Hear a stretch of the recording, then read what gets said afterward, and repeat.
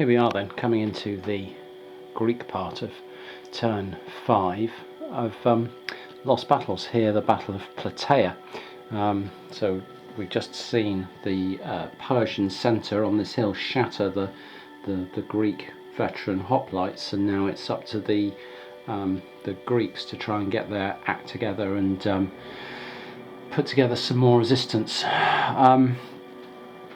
They have 3 commands currently because their fighting value was dropped by 10 to 39 by their losses in the last turn. So they've got some problems to deal with here. Obviously they've got a completely vacant centre.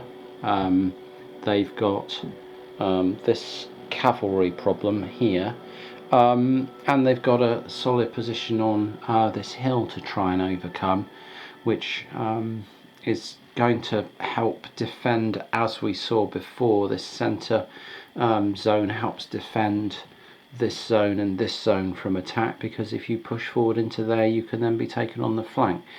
So again, the Persians have got this strong central position, and at the moment the Greeks haven't got anything even threatening it. I guess what they can do though is bring some more troops on here, with the idea that if they then advance into here to start fighting and this turns onto the flank, then they've got opportunities to engage on the flank of that. So, you know, it's a chess match. This sort of geometric grid does sort of create these quite, you know, large scale threats and weaknesses, but it's what you'd expect from a game at this scale, and it's doing a really fine job of it. So yeah, let's have a look at our 3 orders then. What can we do? Let's say we want to bring on 4 units. We've only got average hoplite infantry left to bring on, so let's say it's going to cost us 2 orders. I am worried about this cavalry down here. I really am. I think we have to bring on 4 of these average hoplites in the centre though, and then use 2 more of them in a future turn to reinforce over on this right flank. So let's for now spend 2 orders, and we will bring on 4 average hoplites, like so, with that one as a lead unit. It's so hot here. I mean, I know Britain isn't a particularly hot country, but it said 36 as I was getting in my card coming home, or 35.5 or something, and that is hot for us. We're not used to it, so my fingers are particularly sticky, and the counters are sticking to them. Right, that cost 2 commands to bring those guys on. That drops us to 1. That means we get our dice roll to see how many more we're going to get. And it's a huge, great big 6, and the Greeks are very happy about that. So they're up to 7 commands, and now they can think a little bit more about what to do.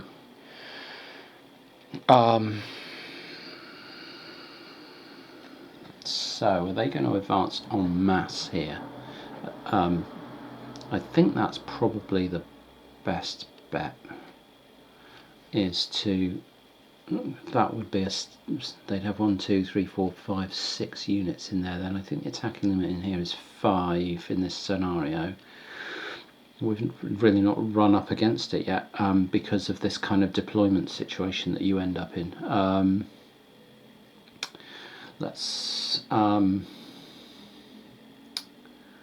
Yeah, let's hold off then. Let's just spend 2 commands to activate here and push those guys forward into here.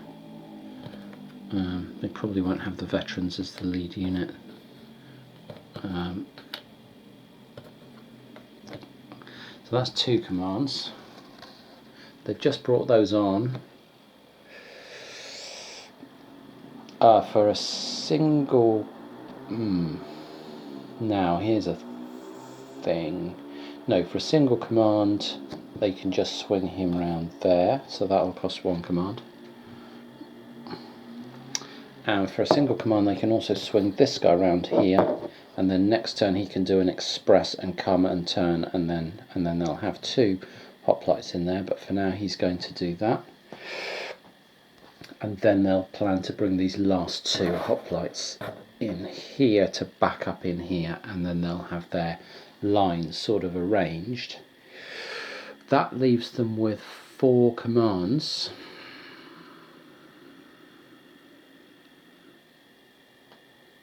And are they going to advance?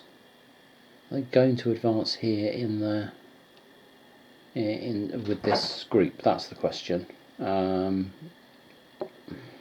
It looks really dangerous. It looks so dangerous to advance into here with this cavalry waiting here, with these waiting here, and with these on this hill up here. It looks like they could get really badly mauled there, and that they actually need to have moved up and engaged here and moved up and engaged here before this is even remotely safe, and they probably need this in here as well. So I don't think the timing is right for a wild lurch forward by these sort of isolated troops here, this average light infantry and a couple of veteran hoplites. They'd much rather preserve those until there's more around to back them up.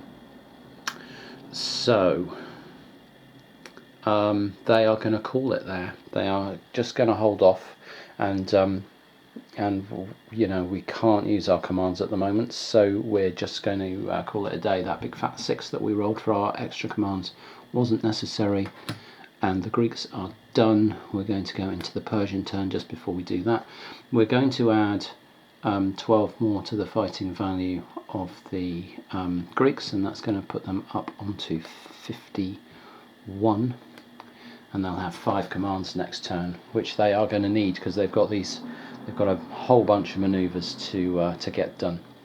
But for now we're on to the Persians, and it's again a question of, are they going to stick where they are? Are they going to try and be bold again? And how are they going to sort of reinforce their position here to try and consolidate their gains so far? So here at the Battle of Platea, in lost battles, the Greeks versus the Persians. I'm in the Persian portion of turn 5, and I'd done most of their turn, and I was thinking it was about to go back to the Greeks, and then I realised that this cavalry formation here can activate for free because of their average leader, and also get a free attack bonus. So why not? Having done all the things they wanted to do with their orders, they didn't get much of a roll on their bonuses, but they did manage to bring some troops on over here because they'd like to contest. They'd like to try and stop this group getting out of that river and marsh hex, because they can attack into it with bonuses. They reinforced this hill in the centre to bring a couple of additional units in there. They reinforced this area here, and they then had this cavalry left to do something with. I've pushed it forward into here to it before this hoplite gets reinforced.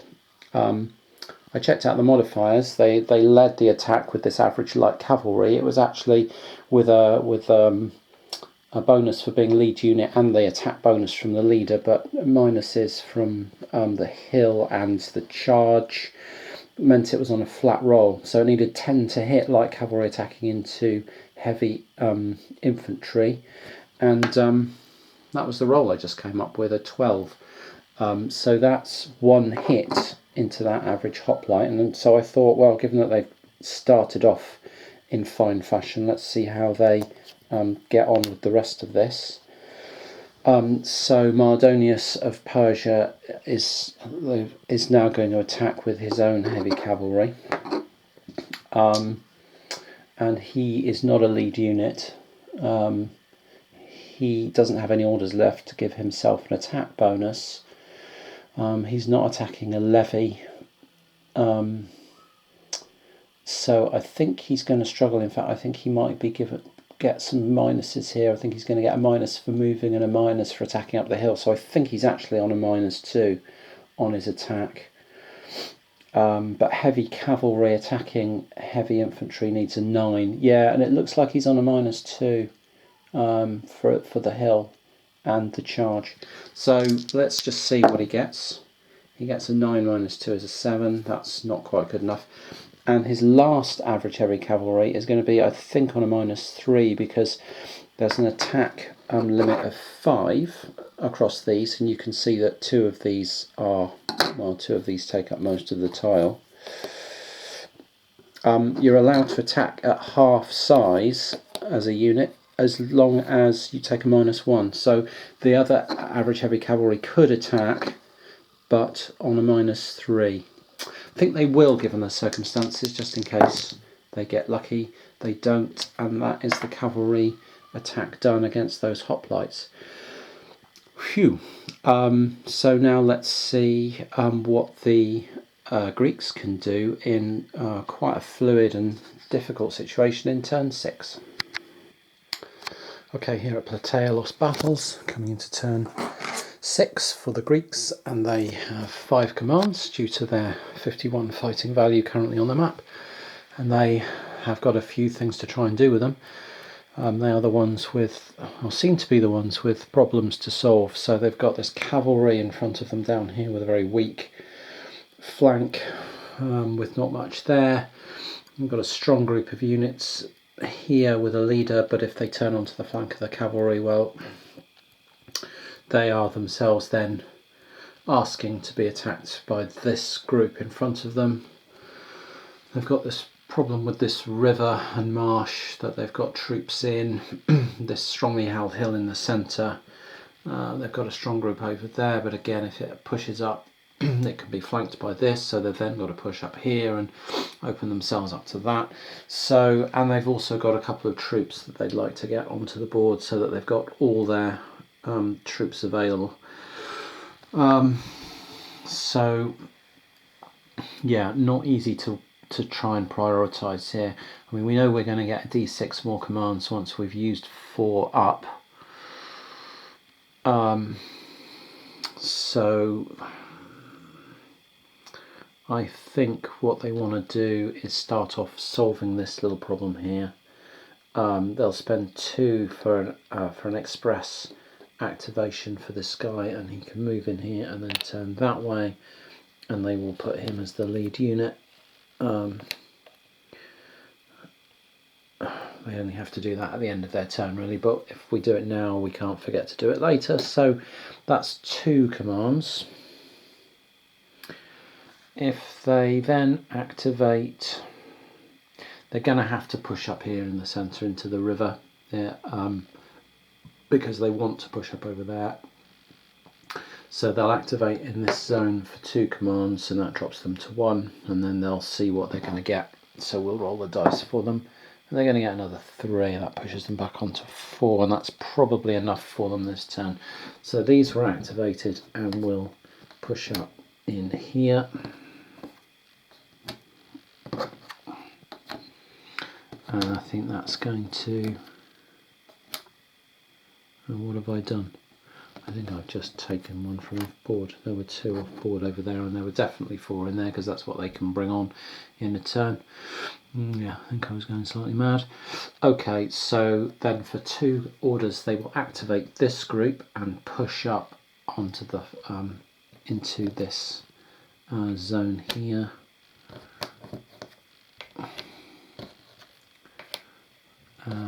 And that's where they're hoping to make gains, really. And there's a question of, do they want their veteran hoplites in the front? I don't think they do. I think they'll leave their average hoplites in the front. And then they've got 2 commands left, and that will allow them to activate these 2 units, and they will come onto this hill here, and they will be sort of backing up these guys and these guys and strengthening this flank. And that is all their commands used. So they didn't appear to get a lot done, and this is turn 6, and we're about to actually get the battle break out in earnest now. Persian turn 6 coming next. So I've come into the Persian portion of turn 7 here. I'm not doing a sort of blow by blow account. Things almost move too fast, and sometimes the game reaches a point where it's fairly static, and you've got a kind of a attritional kind of clash of shields and spears thing going on, where it's not quite clear who's going to win for a little while, and we've got that all along the line. I quite like it. It reminds me of I had a set of war games rules years ago called Ancient Empires by the Emperor's Press, back in the 90s, I think, maybe late 80s, early 90s. Really interesting rules where units would sort of engage, and then for a while there would just be this exchange of sort of hits and stuff, sort of cohesion hits, Great Battles of History, in a set of war games rules for ancients. And so they would, just clash for a while, and you'd sort of amass hits on either side, and then one would break, and the same kind of thing is sort of happening here, albeit in a slightly more abstract way. So we've got a line here, we've got Persians, Greeks, Persians on the hill here, Greeks down in this river area, Persians, Greeks, and then Persian cavalry attacking these Greeks up this hill. And all the way across, it's not quite clear who's got the advantage, you'd say.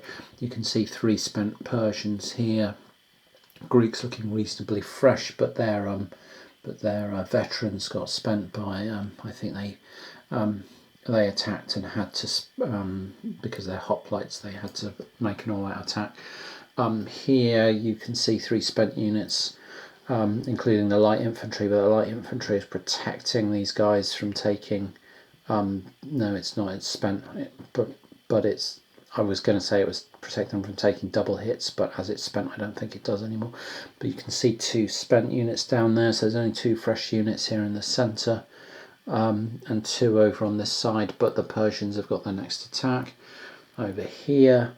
There's only 3 units in here, but they're all still in completely good order with their leader. A couple of spent units there, and then in here, 1 spent unit, both spent units here. Danger of things being shattered here with the Persians attacking. So it's going to be, we're into turn 7, and it's starting to get to the point where you'd expect to see something breaking. And then we'll see which side that is, and whether the other side gets a breakthrough that they can actually exploit, or whether the rest of the lines stay pretty locked up. And what happens as this sort of breaks down in different parts of the battlefield. So talking about breakthroughs, the Persians spent a command on a limited activation here, because that's all they need. When you've got lines like this, you only need 1 command to attack what's in front of you.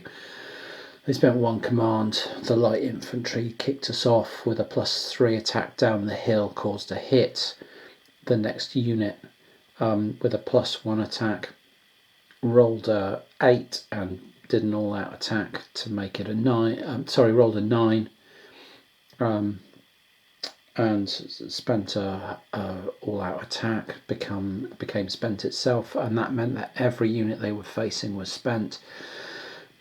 Next unit is spent, so can't all-out attack, but went to attack with a +1 because they're attacking into the river, the downhill, and the attacking out of a hill cancel each other out, and rolled a 12. If they were able to become spent to do an all-out attack, they could do 2 hits, but as it is, they can only cause 1. But that is the first casualty in the centre zone here. He goes up into the shattered box. He's the 4th shattered unit on the Greek side, and there's still 2 more attacks to come in, but the Greeks have to roll an army morale check here. Oh, and they've got a 1. That's not good for them. They're probably okay because they're not an army full of levies. If that was the Persians, that they struggle to cope with that. I'll go around and see if that has any impact, and then come back to the combat. And just coming back to this, really bad news for the Greeks as far as I can tell. So here, the basic army morale roll is 0. They rolled a 1. They've got a -1 for having 4 units shattered. So they're on a base 0. These are hoplites. So they're heavy infantry, which get a +1, unless they're adjacent to hoplites, then other enemy hoplites, but they're not, so they get a +1 for being heavy infantry. Unfortunately, they get -1 for being spent, and their morale is 0. And if you've got morale 0 in a zone where your friendly units have been shattered or panicked, so 0 if the unit panics if another unit in its tile was shattered by the current unit's attack. Yes, it was. So all these are suddenly going to break and rout, and this Greek centre has completely foundered on trying to, put any resistance up against units on this hill. It's been an absolute curse for them trying to maintain pressure on this hill out of this sort of river flooded area. So yeah, these have all gone, and that is going to break open the Greek centre. I'll have a think about whether the Persians want to advance after combat. And just to follow up here, no, they don't want to advance into after combat. Firstly, because they don't want to end up in a river hex. Secondly, because they want to maintain control of this hill. And thirdly, because they want to turn onto the flank of this very dangerous portion of the Greek army, have it pinned from the front, and attack from the flank if possible. So they want these guys to try and stick around and inflict some casualties and stay long enough that they can fix those in place while they attack them from the front and the flank. So the Persians are staying put on the hill in the centre of the battlefield, but they've still got 4 commands. They've got attacks here to do and out of this zone, and their cavalry. So this could get worse for the Greeks in the coming minutes. So out here on the Persian left, Mardonius has decided the collapse of the Greek centre is his opportunity, and he is now personally leading the charge by his heavy cavalry into these weakened hoplites on this hill. Now, we've not seen leaders really go into battle before. They and part of the reason we've really not seen leaders in action much before is because they can't really do much to rally levy troops, and a lot of the Persian stuff is levies. But here he's got average cavalry. Actually, he could have made a rally attempt when this cavalry took a hit, but I forgot about it, so tough. However, in this situation, leading the charge with his own personal unit that he's attached to, his guard unit, allows him to give it additional bonuses. So for being the lead unit, it gets a +1. He can spend his 2 free commands to give it an attack bonus. So that's this whole thing so far is costing no commands, and that's another +1. But he can spend 2 commands to give it a second attack bonus. So a leader leading his own personal unit into battle can give it a +2 attack bonus rather than a +1, and he's going to do that. So they're going to spend 2 commands, and it's now got +1 for being lead, +1 for the attack bonus, +1 for the second attack bonus, and that's a +3 on this attack up the hill. They're getting a -1 for it being into a hill, and they're attacking at +2. So he rolls a 10. Wow. That is, with a +2, that's 12.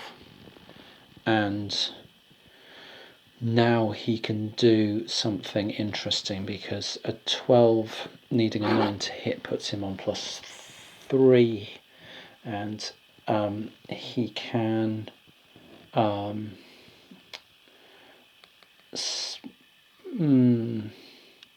I think he can cause his unit to become spent.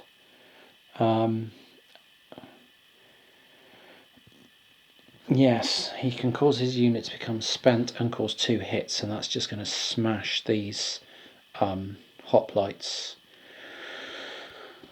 I'm going to need to check then whether he can prevent the hit on his own unit through rallying, That would be really interesting. Let's just check the rules on this. Hold on. And okay, coming back to this, and I know this video is going to be jumping around when I edit it together a little bit, but there's not much I can do about that. Anyway, the question was whether the hit on the cavalry could be negated by a rally attempt by the leader, and the answer is no. You can only attempt rallies on spent units to prevent them from being shattered. You can't keep units fresh by making rally attempts. Great. Be that as it may, Mardonius is going to cause his own personal cavalry, which gloriously led the charge up the hill into the hoplites, and that's going to shatter those 2 hoplite units.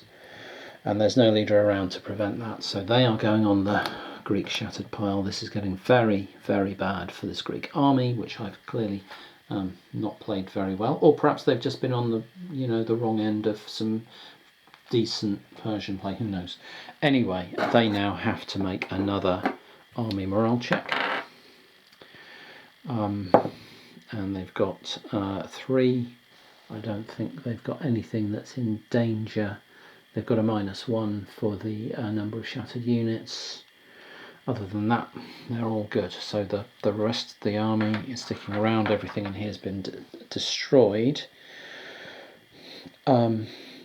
Do the Greek, the Persian cavalry want to charge onto this hill? That's not such an easy question. Not such an easy question, because obviously there's a sort of flanking protection here. What they'd rather do is fall onto the flank of this.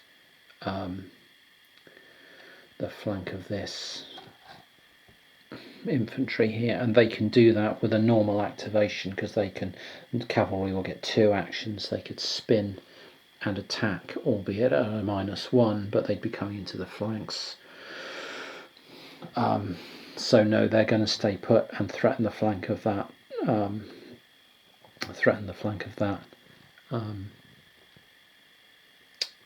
Infantry here that's holding the Greek lines together, and they've still got more to do. So where's next for the attack? I think we'll do this one next. So we'll spend a command, and now we're down to 1 command, so we'll spend a command in here, and we'll roll our dice to see how many extra commands we're getting, and it's a 6. So we're back up to 7 commands, and that gives us lots of commands to spend on attack bonuses. So let's now see what happens as this attack goes in. Well, no further disasters befell the Greeks, but that was still probably a pretty abysmal turn for them. They're now in a situation where they've got their army split in 2, this group here with enemy to the front and on the flanks, and then this smaller group here, 2 veteran units of hoplites and some burned out light infantry, with large enemy groups to their front and cavalry threatening their flank, and the only reserve they've got are these 2 hoplites here up on this hill. Their fighting value is down to 39, which means they're getting 3 commands as they come into turn 8. And so the first thing they're going to do is just see what damage they can do to what's in front of them, because it costs the fewest commands. And that's really all they can do, is try and get rid of what's in front of them, and then turn to face what's threatening their flanks, and see how many commands they've got left to try and do something with these 2 hoplites in reserve. So here they can activate for 1 command -1 because of the leader for no commands, and what they could actually do is throw the leader forward as the lead unit and try and get some shattered sort of results, some 2-hit results, although they're facing an average unit at the moment, so they can swap out after the first hit. So let's see what they want to do.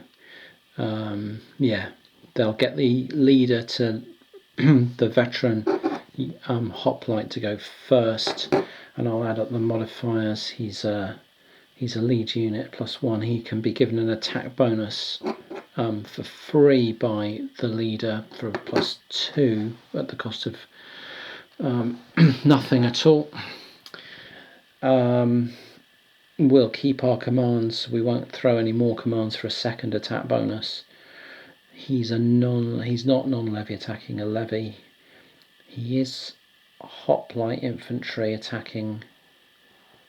He's fresh lead hoplite attacking heavy infantry. So what's that? +1, +2. That's +3. I think he's getting a +3 here. So let's see what he can do. He needs a 10 to hit. He's got a 9 +3 is 12. That means he can cause a second hit by doing an all-out attack. He has to do that because he's a hoplite, so he's going to become spent. And now there's a decision to make over here.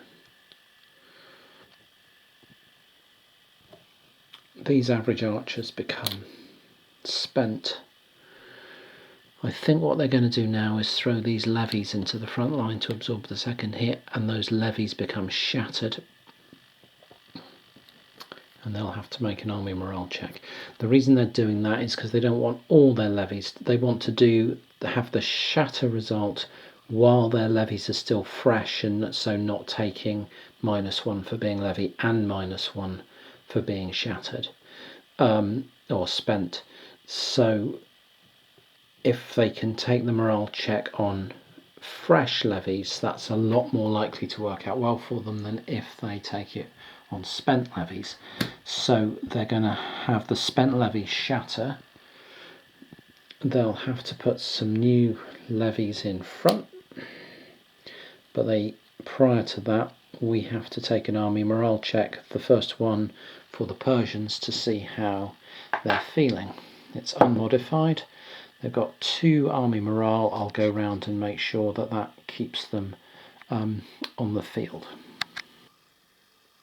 Okay, after all the checks there's nothing routing in the Persian army as a result of that 2 morale.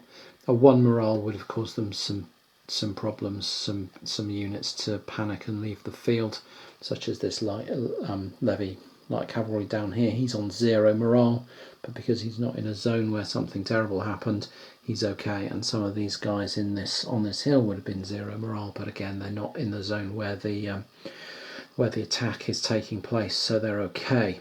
The average archers left in here are currently okay. So we've now got the veteran hoplite going in and the light infantry to attack. I'll do these next. Well, the Greeks gave it a go there, but they've managed to shatter all the Persian units, caused to become spent all the Persian units in the centre here, and are all spent themselves, but after some all-out attacks, but they didn't manage to break through. Over on the left flank here, the Persians did something interesting and threw their average hoplites forward so that their levy stayed fresh again, so that they didn't have the -2 penalty for being levy and spent when the army morale rolls kicked in, and that worked well for the Persians, having that combination. So although there was some shattered hoplites and some shattered archers and 1 unit of levy archers that was spent in there and ended up routing from an army morale roll. Their morale rolls were generally good enough, 2s and 3s, to keep the rest of the army on the field and keep some units here holding this, and that means they've now got this kind of pinning force and a flanking force, and this is all going to get pretty ugly. The only good thing that happened really for the Greeks in that entire turn was they rolled 6 extra commands. That gave them some attack bonuses, which allowed them to do this kind of damage. Also gave them 4 extra commands to move these 2 hoplite units using express activations along this hill and pivot them round to face the Persian cavalry and prevent that falling on the flanks of this spent infantry. But yeah, we've now got a Persian turn. We've got entirely spent infantry in here, and we've got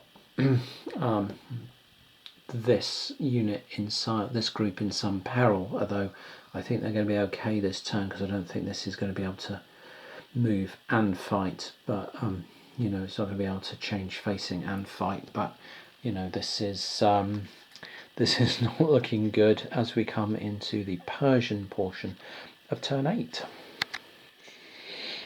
So that here on the Persian left, the commander, whose name I can't quite read, Mardonius, decided to completely ignore this hoplite infantry that was facing off against him on the hill, and simply wheel his cavalry around and charge into the flanks of the enemy hoplites over here. He gave him his lead cavalry as many pluses as he could with attack bonuses and being a lead unit. He ended up with a +2, +3, but with a -1 for having wheeled around. So with a +2 he attacked and he rolled an 8, which is enough to cause a hit. And all these units are spent. And that brings us into the leadership rules, which you haven't really seen in play before. The lead unit has been hit and therefore would be shattered, where a commander's personal guard unit is shattered. That commander is obliged to try and rally. I suppose if it's legal, because you can't rally if it was attached to a levy unit, then you couldn't, because it would be illegal. But if leaders must try to rally hits on their own guard unit, and leaders with a hoplite guard unit must try to rally hits on other hoplite units in their tile, so he'd pretty much be obliged to rally hits on the hoplites. Anyway, how this works is that it's an unmodified 2d6 roll, and for an uninspired leader like this, he needs a 10 or more to negate the hit he's just taken from the cavalry, and he's got a 9 and has failed. That doesn't mean that, but he hasn't been killed. If he'd rolled a 4 or less, he'd have been killed or wounded himself. He didn't get that, but he's just failed to negate the hit, and that means that this veteran hoplite unit has been shattered. Presumably that means, I don't know whether he attaches to another unit now. Is he allowed to do that? I'll check. But anyway, let's just do a quick army morale check for the Greeks. And I need to do some counting and things before I make this roll. Okay, so the answer to the question was that leaders who are, by virtue of being leaders rather than commanders, are attached to individual units. If their unit's shattered or routed or removed in any way, withdrawn, then they are also withdrawn. So their general has just gone into the withdrawn box. However, their army morale roll came up rather well for them, a 3. And although they've got a -1 for all their shattered units, which is putting them on 2, they have not got any other negative modifiers. They're not outnumbered 2 to 1 on the battlefield, only just, but they're not, so we carry on. Here we are then, turn 9. In Lost Battles, the Battle of Platea. The Greeks really just have 2 combats to roll out, and we'll see how they get on. And either something extraordinary happens or they've lost really seriously. They've probably lost really seriously anyway, but they've just got this combat to roll out here. They've got 1 unspent unit. They may be able to knock some of these guys out, and that will prompt morale checks, and if they get really lucky, then some of the spent units across the Persian army might decide to leave. So they've got three units to try and destroy in front of them, and then over here they've got a sort of Hail Mary attack into this cavalry But even an infantry attacking cavalry from the flank isn't a huge great advantage. The hill isn't a great advantage for heavy infantry. So overall, not a lot to consider here, apart from making the final dice rolls and seeing what happens. Let's get on with it. The only other thing to do is, of course, to choose what order to do these in. And I think they'll do these first to spend the orders, then see how many orders they get over here to add bonuses into the attack, this one probably being the more important. So let's roll this out and see where we're at. Well, now here's a slight turn up for the books. I haven't been across the whole army yet, but the phalanx, these hoplites attacked into the cavalry, and the lead unit was being led by the army commander. They managed to shatter that, and he failed the rally attempt. He didn't get killed in the result, but losing a general like that is not good for your army morale. So their army morale roll came out as a 0 because they've got four shattered units now, and they've had an average or better general killed, wounded, or withdrawn. He was withdrawn. So they ended up with an army morale of 0, and that means that all the cavalry are now going to withdraw. These cavalry have got no bonuses. This one's spent on -1, so these guys are on 0 morale and are panicked and are leaving. This guy will be leaving, an army morale of 0, and he's a levy cavalry. He's on a -1. He'll be off, and then I've got to work through the rest of these, the rest of the army, to see what an army morale of 0 does to them. But it's probably not great. So I will come back when I've figured it out. So as you can see, that has sent some panic through the Persian ranks. This is, on the left is their routed, and on the right is their withdrawn units. That's so one unit of cavalry just got shattered, and as a result, all the rest of it left the field along with the general, and then they had some levies in various parts of the battlefield get spooked by this mass withdrawal, and also decide to either withdraw or rout. And so the field has thinned out. They've lost some units in here. They've lost the light infantry ran in here. Don't think they lost anything in there. It was far enough away from the battlefield, and the levies are still fresh. And there's the benefit of keeping your levies fresh, in that your army doesn't disintegrate the moment you get a moderately poor army morale roll. Anyway, that's where we're at. Now let's do this combat over here and see whether there's further collapse in the air. So there's been an incredible ebb and flow here in the battle at Platea. It looked like the Persians were routing the Greeks off the field, but then this breakthrough, sending the cavalry flying, sent shockwaves through the Persian army, and they decided, a lot of them decided to leave the field. The Greeks attacked with all they had into this area here, but didn't quite manage to break everything. Still, the Persian losses over there, you can see, have stacked up. The fighting values are 25 for the Greeks now on the field and 18 for the Persians. So it was up to the Persians to see what they could do. They had one command because of their fighting value, and they immediately rolled to see how many more they'd get, and they only got one more, so they only had 2 commands to play with.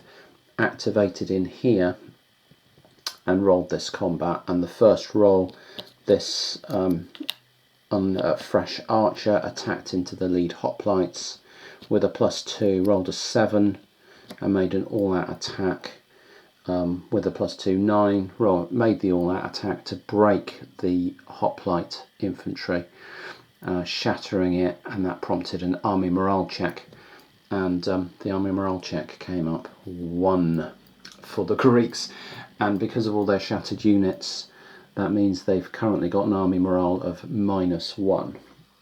-1 is not good for your army morale, and so even though all that stuff in there is heavy infantry, which gives it a +1, that puts it on 0. They're also spent, which puts them on -1. So I think, let's just check the veterans. So these definitely, average hoplite infantry, are definitely all now routed. The question is whether these veterans have got any bonuses which keep them on the field. And I think the answer is no. I think with an army morale of -1, heavy infantry will put them up to 0, and being veteran will put them up to 1, and then being spent will drop them back down to 0, and they will rout as well. And what that means is that the Greeks now only have 2 units on the field, and that means that the game has finished. So the Persians have driven the Greek army from the field. These 2 fresh hoplites are not enough to continue. You stop the battle when one side, either at turn 10 or when one side is down to 3 remaining units. And the author does say that may seem a very small number, but that there is evidence of very small numbers of units continuing to fight on in battles which, you know, from an objective, if you had a helicopter up there, well, you'd say we're over. But perhaps not knowing what's going on the rest of the battlefield, have continued to fight. So the designer does give a rationale for why that decision was made, even though it can seem like battles are over. And as we've just seen here, you know, 2 turns ago it looked like this was an absolute whitewash and it was just a mopping up exercise to finish the Greeks off. And then a general gets killed, some cavalry get routed, and suddenly the whole thing is changed, swung around. And I really like the way this therefore demonstrates the sort of brittleness of army morale. It can, an army can be teetering on the brink of routing but not quite routing, and then something triggers it and everyone decides to go. It's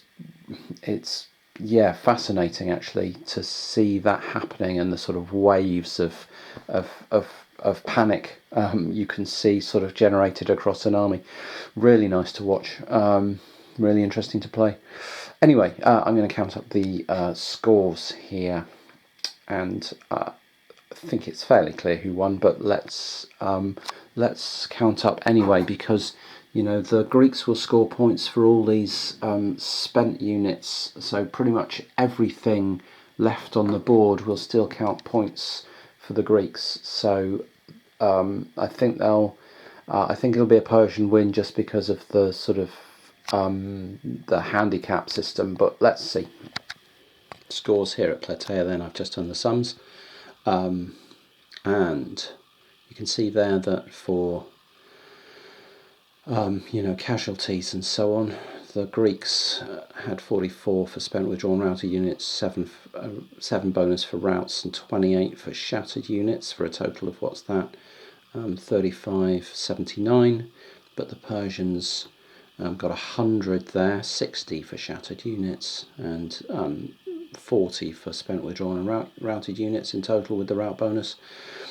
And then coming down here, the Persians got another 27 for having the weaker army. 9 points difference between the armies is tripled. Both sides get a point per unit for being surprised, because both armies come into the game surprised. Final scores: 99 for the Greeks, 148 for the Persians. The victory margin in this game is 31, so a decisive victory is 31.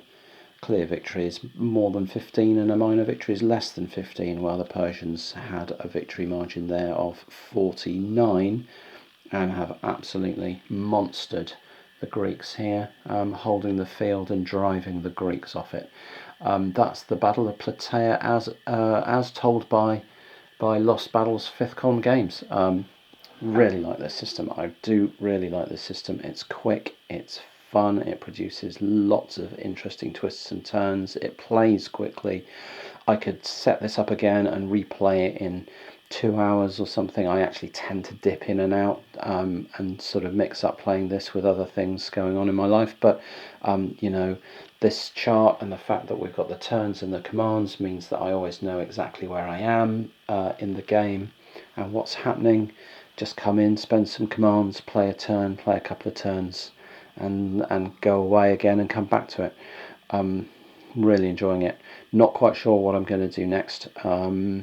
I may do another battle from this, or I may dip out into something just for a change, because I like variety, as you've probably noticed. I do like mixing and matching games to my mood and my current sort of enthusiasms. So I'm not sure what I'm going to play next. It might not even be a war game. It might be Spirit Island. It might be, who knows, Too Many Bones. It might be something else. And I don't know whether I'll film it either. But anyway, that was Platea in Lost Battles. I'm sure I will come back to this system shortly. But I just feel like, a bit of a palate cleanser.